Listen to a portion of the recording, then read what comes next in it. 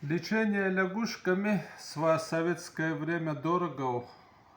Использовал лягушек для изготовления фракций. В ветеринарной аптеке есть фракция 2 и фракция 3. Фракция 3 для наружного применения, фракция 2 для внутреннего применения.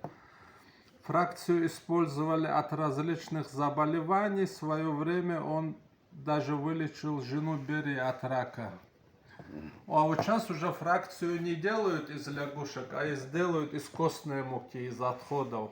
А изначально делая из лягушек, лечили много заболеваний. Независимо, да, то же самое в шкурке лягушки находятся то же самое аминокислоты, цепочка пептидов. И вот это свойство лечит очень много заболеваний.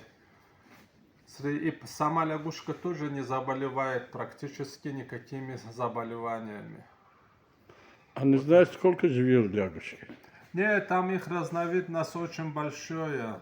Есть, которые долго живут, есть очень маленькие, есть ядовитые, есть это надо знать, какими лягушками дело иметь. Еще надо знать, да? Да, обязательно. Хорошо, спасибо.